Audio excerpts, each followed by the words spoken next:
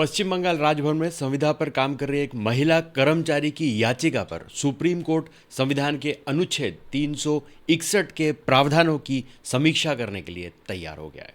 ये अनुच्छेद राज्यपालों को किसी भी तरह के आपराधिक मुकदमे से पूरी छूट प्रदान करते हैं। सुप्रीम कोर्ट ने अगली सुनवाई के लिए 12 अगस्त की तारीख दी है। सुप्रीम कोर्ट के इस कदम के बाद से संविधान का अनुच्छेद 361 चर्चा में है।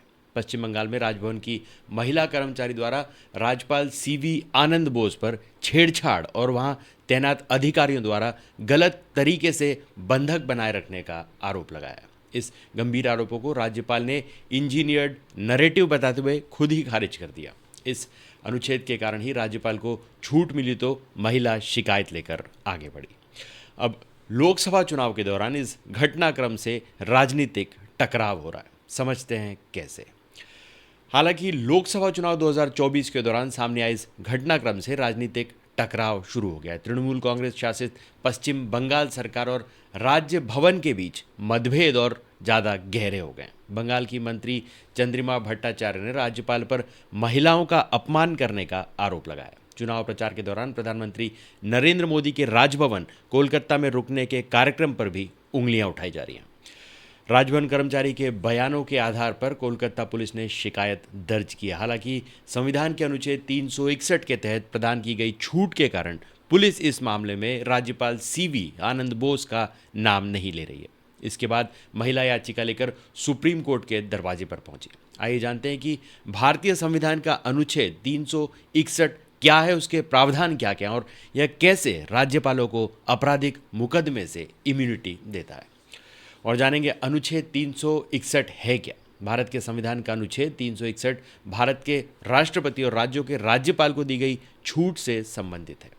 यह उनके आपराधिक कार्रवाई और गिरफ्तारी से उन्हें बचाता है। इस अनुच्छेद में कहा गया है कि राष्ट्रपति और राज्यपाल अपने कार्यालय की शक्तियों और कर्तव्यों के प्रयोग और प्रदर्शन के लिए उन शक्तियों और कर्तव्यों के प्रयोग और प्रदर्शन के लिए उनके द्वारा किए जाने वाले किसी भी कार्य के लिए किसी भी अदालत के प्रति जवाबदेह नहीं होंगे। अनुच्छेद 361 में 2 उपखंड हैं।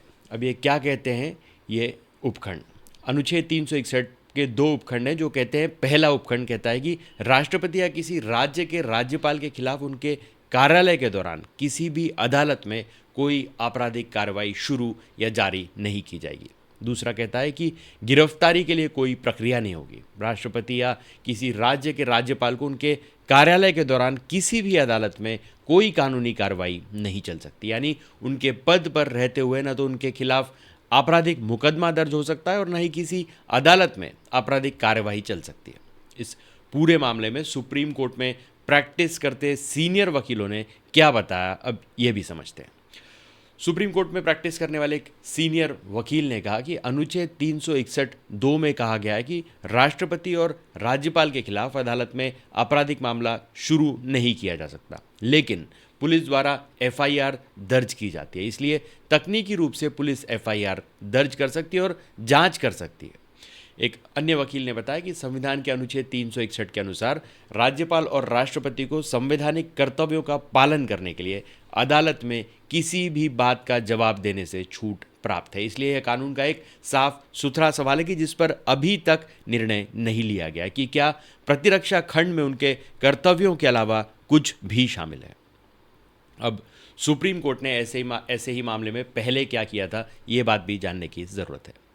रिपोर्ट के अनुसार सुप्रीम कोर्ट की 5 सदस्यीय पीठ ने ऐतिहासिक रामेश्वर प्रसाद बनाम भारत संघ मामले में साल 2006 में संविधान द्वारा राष्ट्रपति और राज्यपालों को प्रदान की गई छूट को बरकरार रखा है और कहा है कि कानून में स्थिति यह है कि राज्यपाल को पूर्ण छूट प्राप्त है। सुप्रीम कोर्ट के फैसले में कहा गया था, राज्यपाल अपने कार्यालय की शक्तियों और कर्तव्यों के प्रयोग और प्रदर्शन के लिए या उन शक्तियों और कर्तव्यों के प्रयोग और प्रदर्शन में उनके द्वारा किए गए या किए जाने वाले किसी भी कार्य के लिए किसी भी न्यायालय के प्रति जवाबदेह नहीं है। तो आज के लिए बस इतना ही। तब तक के लिए हंसते रहें, मुस्कुराते रहें, स्वस्थ रहें, व्यस्त रहें और मस्त रहें। और जी हाँ, चैनल को भी ज़रूर सब्सक्राइब करें। धन्यवाद।